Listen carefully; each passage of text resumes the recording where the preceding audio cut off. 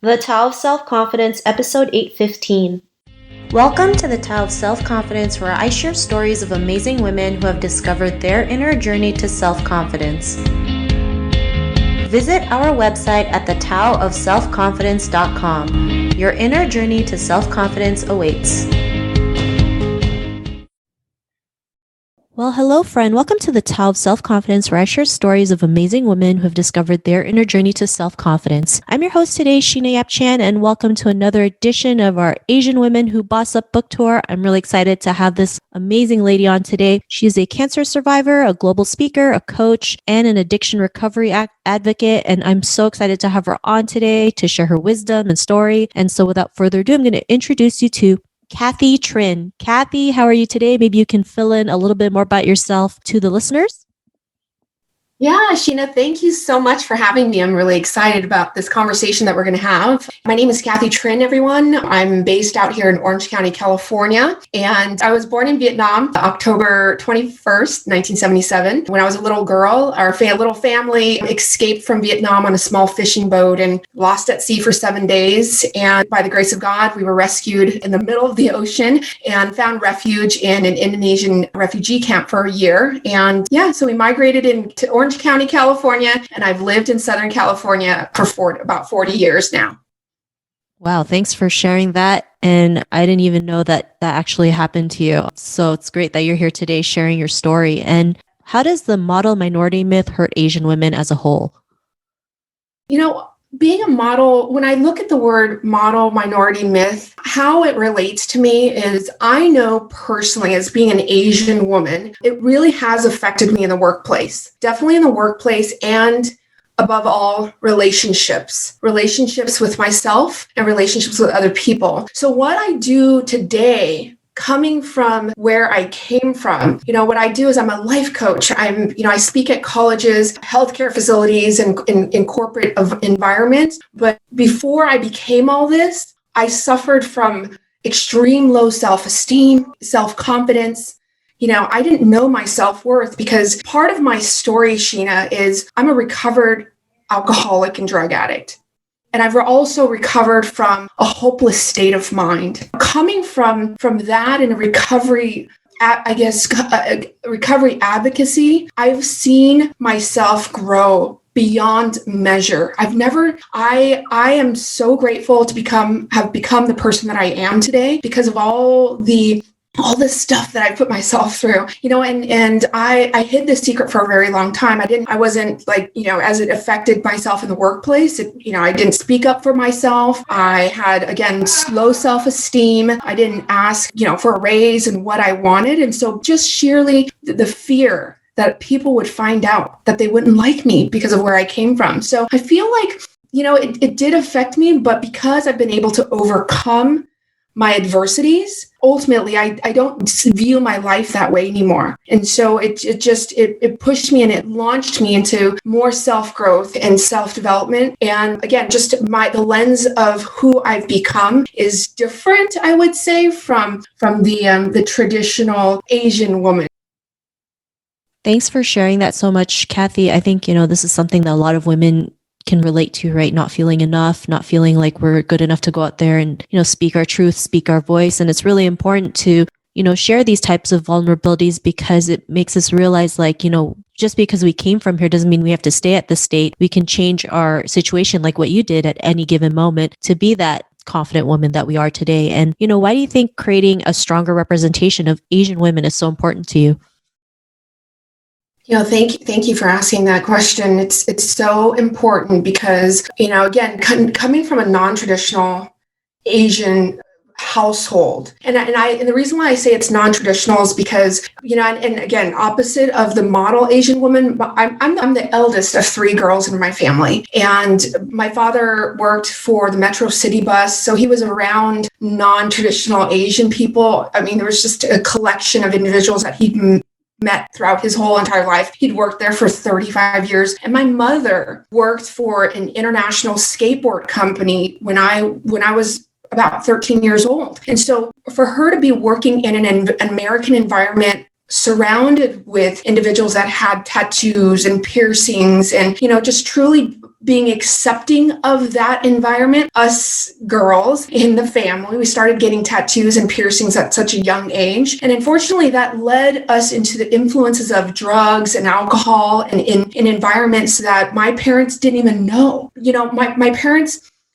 they really did their best to raise us right. And as a good example, I was so terrified for so long to let my parents know I was going down the wrong path. So I hid my problems for such a long time, and that caused emotional problems, that caused relational problems, that caused work problems. But I didn't know that those became problems. So the harder I worked to hide it, the more inauthentic that I became. And so I believe that being a former drug user, I came from the shame, guilt, all the shameful things that you would do being an Asian woman. And so it's so important for me to let the audience know that you can recover at whatever age, whatever race, whatever gender you are, even if you're an Asian woman, and especially coming from immigrant household. They didn't come here from Vietnam. We didn't almost die at sea so that my parents can see their child die on the streets being a homeless woman or a drug addict, with drinking so much and all these influences. So I feel that it's so important for us to have representation as Asian women that we can also rise. We can rise and we can thrive and become successful members and business owners, entrepreneurs in society. Thanks for sharing that. And it's so true, right? We hide a lot of things from our parents because we're afraid of shaming them or disappointing them. But we realize, like, no matter what happens, our parents love us unconditionally. And, sometimes we just have to tell them, like, I'm not doing well. And when something bad happens, something good can come out of it, right? I mean, you went through a dark path, but you were able to see the light and to be that representation that you are today. And so I'm really glad you're able to share this. And how does it feel being that representation for so many Asian women in the world? I would say I'm very, very proud of myself. And I wish, and I know this is probably not ever going to happen. I wish I can meet every single woman that's hurt in the world.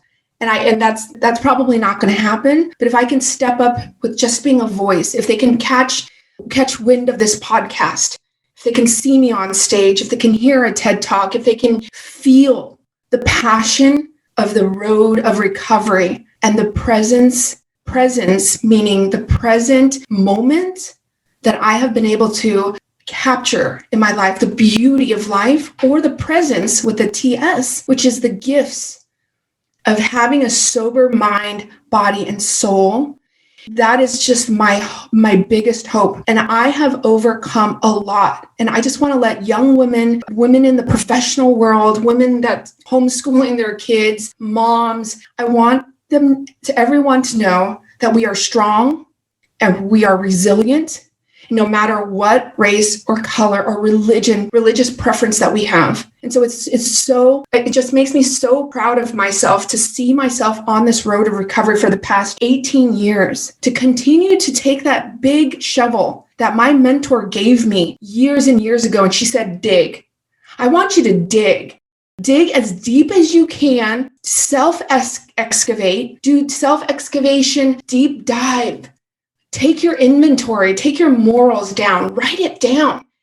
And then I want you to stop blaming others, because when we blame others, we continue to hurt, because other people cannot give you back. And so ultimately, I took her direction. My mentor said, do this. I said, yes. She said, jump this. I said, how high? And I came back and I looked at my part in every single area of my life, whether it was the relationship, the love, the addictions, whatever it was, the codependency. And I dug so deep. And that is why I know that I understand the pathway to recovery today. And we can be on the road of recovery. You don't have to be sitting in a 12-step meeting. You don't have to be sitting in therapy. But as long as there's one more person, one more woman, Asian woman, or whatever, to be able to be the voice and say, you know what? I've been there too. I understand. So that is, I'm just so proud of myself. Thank you for asking that wonderful question. No worries. And what you said is so important. It's so great. And I'm just glad you're here today sharing all this wisdom. And so, Cathy, share one reason as to why every Asian woman needs to read this book, Asian Women Who Boss Up. Wow, I am just so honored to be part of a collaborated book project, and I am so honored and so proud because there are a lot of strong and empowering Asian women in this book. We have all, no matter how small or how big, we've all had bad days, and we have all overcome tragedies. And we built ultimately through the tragedies, we sought help, whether it's through a coaching program or a online course, reading someone's inspirational quote. We started building resilience and we got so strong. In life, it's not about the wealth. It truly is about mental health. And so wellness, it's mental, everything's mental. And so there are very successful businesswomen in the book as well. And I would highly encourage everyone to read each individual's chapter to just gain a little bit of, I've been there too. And ultimately what happens when you do that, you'll understand and it will evolve into saying, wow, I'm similar to this powerhouse and I'm the same like that lady. And so ultimately, when you have that new mindset, you can actually rise as well. And you will go out there and you will continue to pursue your dreams. So any woman that's listening to this podcast right now, just continue to write your goals down and pursue your dreams. Thanks so much for sharing that, Cathy. And what can readers gain from reading your story in the book? I would say that my life has been a series of mini traumas, and I've had a lot of bad days. My life is not beautiful. It's been messy. And I want to say that through the trials and error, and I became stronger. And I've been able to open my ears. I've had a beginner's mindset and always have a beginner's mind, learn from others, and just know that if I can do it, you can do it. Awesome. Well, thanks for sharing that. And this is what this book is all about, right? Showing others what's possible, especially showing Asian women what's possible for themselves, because there's one woman in this book that they can relate to. They can say, I went through that as well. And if they're able to rise up, then I can do it too. So thanks for sharing that. And Cathy, can you share one boss up tip for our listeners today? My boss up tip for you today is just start working on yourself. And it doesn't matter at what level you're at. One of the examples that I say is that life is kind of like a video game. Everybody's at a different level, and try not to essentially compare your insides to other people's outside. So the boss up tip is work on yourself at a deep level, figure out and find out what's still hurting you and that you're holding on to, heal from that, and then grow to become the best version of you. Yeah, that's my boss up tip. Thanks for sharing that great boss up tip, Cathy. And if our listeners wanted to get a copy of the book or wanted to pre-order it, is there a link that you could share with us today? You can pre-order the book or the physical copy on my website. It's www.cathytrin.com. Thanks for sharing that. And maybe you can also share where else they can connect with you if you have any social media links. Absolutely. I'm on Instagram at Cathy Trinh, as well as Facebook, the official Cathy Trinh page. Awesome. Well, thanks for sharing that. And to our listeners, if you want to connect with Cathy, you can also head on over to the taoofselfconfidence.com and search for Cathy's name. Her show notes will pop up along with everything else that we talked about. And I really just want to thank Cathy today for taking the time to share her wisdom and story with us on self-confidence. And I'm just really excited for this book to come out. So thank you so much, Cathy. Thank you so much, Sheena. I appreciate you. Not a problem. It was really great having you on the show. And to our listeners, be on the lookout for another new episode of another amazing Asian woman who boss up co-author who's also going to share her wisdom. So be on the lookout for that. And thanks again. Bye for now. Thank you for tuning in to another amazing episode of The Tao of Self-Confidence. You can order your copy of Asian Women Who Boss Up book by visiting our website at thetaoofselfconfidence.com. Your inner journey to self-confidence awaits.